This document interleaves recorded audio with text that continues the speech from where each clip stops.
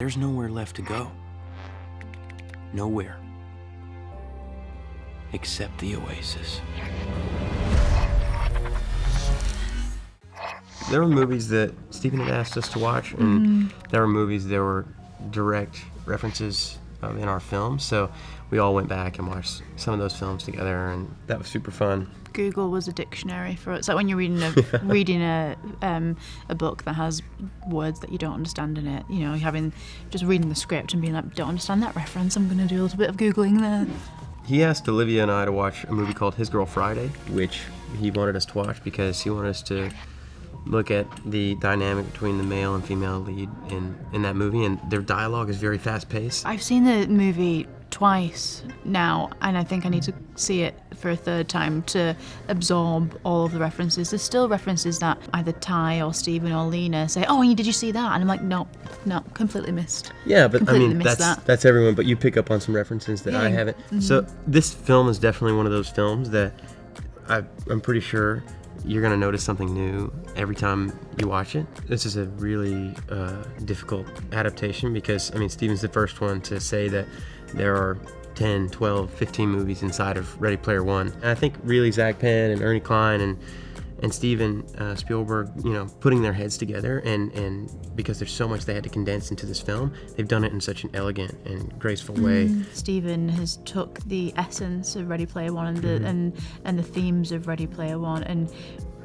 transferred that into a major motion picture, and so inevitably within adaptations there's going to be some different ideas and some things that are left out, but I hope the audience feels like we've encapsulated the story. Yeah. Our characters are sponges for information, so I think we connect on an intellectual level at first, trying to garner information on James Halliday and how to win the egg and get the keys, and then realising our love for Halliday and also our similar interests, I think, is what made us a really great team and wanted us to clan up together for the greater good. Yeah, and also, I mean, I think it's important to mention outside of the film, we spent 2 weeks together before we actually started shooting, rehearsing this dance we have to do together in the distracted glow when we meet up with each other. Not only that, but we had tons of rehearsals together, stunt rehearsals, and, you know, getting familiar with the motion capture environment. So, I mean, not only just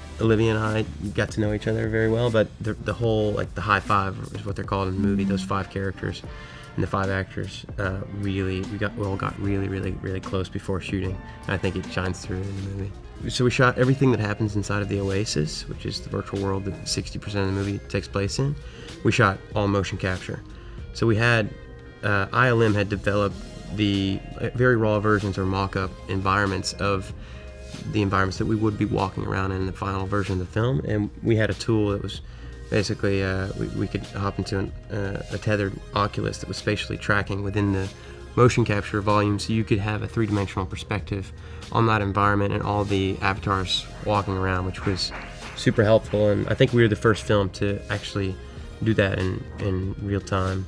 You know, then we took off the headset and we interacted with just the white volume, and all we had to go off was what we just saw in our imagination and our